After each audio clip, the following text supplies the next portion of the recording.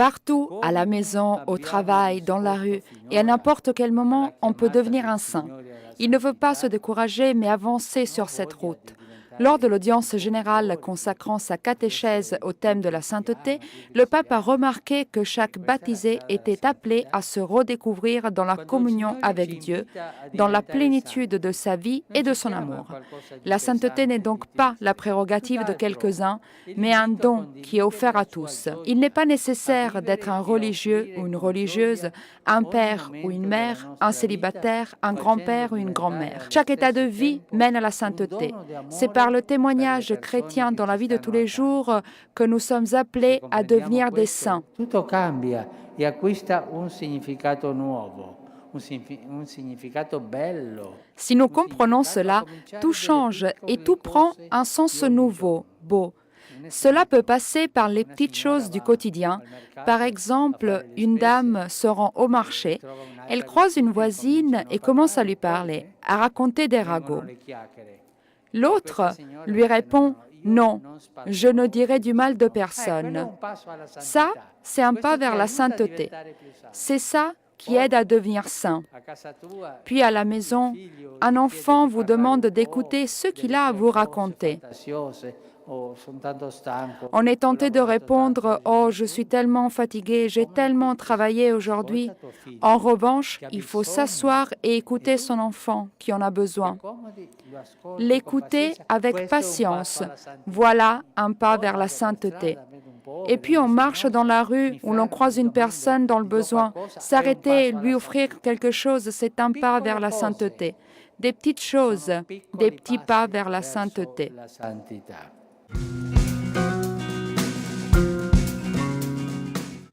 Recevant les participants au 7e congrès mondial de la pastorale des migrants, le pape a affirmé qu'aujourd'hui, en dépit des avancées et des situations parfois douloureuses, voire dramatiques, que l'on a recensées, l'émigration reste un souhait d'espérance.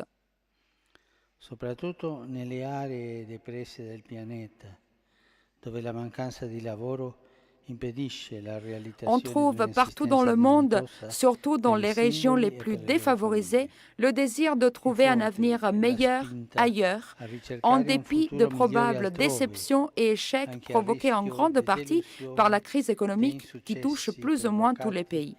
Lors de l'audience, le pape a pointé du doigt certains facteurs qui conduisent aujourd'hui des milliers de personnes à quitter leur domicile pour trouver une vie meilleure. Il a invité les États à être accueillants. Par leur humanité d'abord, par leurs valeurs culturelles ensuite, les migrants développent le sens de la fraternité humaine. En même temps, leur présence est un rappel à la nécessité d'éliminer les inégalités, les injustices et les abus de pouvoir.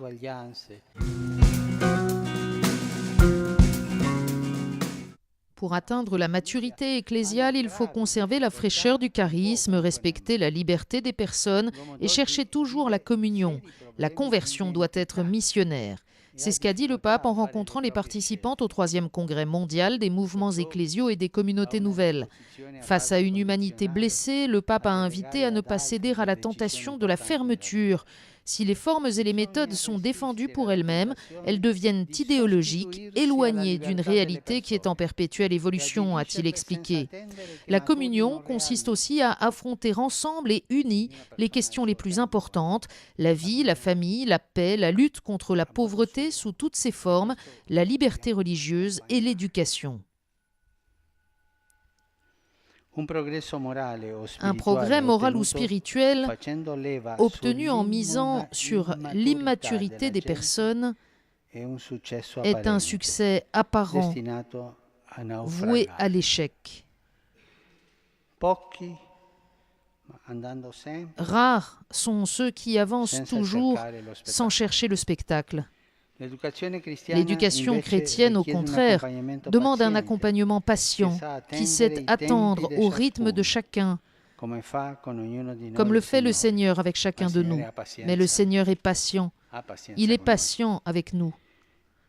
La patience est le seul chemin pour aimer en vérité et conduire les personnes à une relation sincère avec le Seigneur.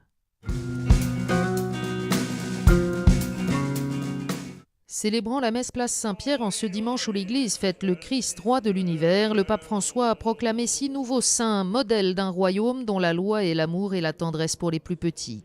La clé qui ouvre la porte du royaume de Dieu, c'est l'amour du prochain, a expliqué François, en canonisant les Italiens Giovanni Antonio Farina, Ludovico da Casoria, Nicola da Longobardi, Amato Ronconi et les Indiens Kuriakose Elias Chavara et Euphrasie du Sacré-Cœur de Jésus, qui vécurent principalement au XIXe siècle, période d'une extraordinaire créativité caritative. Le pape les a donnés comme modèle qui montre que reconnaître la royauté du Christ ne veut pas dire s'agenouiller devant un concept abstrait, mais imiter concrètement sa miséricorde, spécialement envers les plus pauvres. L'évangile de ce dernier dimanche de l'année liturgique, avec le récit du jugement dernier, nous rappelle que la proximité et la tendresse sont la règle de vie de tout chrétien et que c'est seulement à cette aune que sera mesurée notre existence à la fin des temps.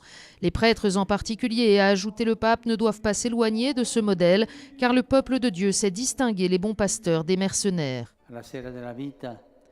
Au soir de la vie, nous serons jugés sur l'amour, sur la proximité et sur la tendresse envers nos frères. De cela dépendra notre entrée ou pas dans le royaume de Dieu, notre position de l'un ou l'autre côté. Jésus, par sa victoire, nous a ouvert son royaume, mais c'est à chacun de nous d'y entrer. Déjà, à partir de cette vie, le royaume commence ici, en nous faisant concrètement proches du frère qui demande du pain, un vêtement, un accueil, de la solidarité, une catéchèse. Durant la prière de l'Angélus qui a conclu la célébration, le pape a remercié les fidèles venus des diocèses d'origine des nouveaux saints en ajoutant un message pour l'Inde. Par l'intercession des 2 saints indiens venus du Kerala,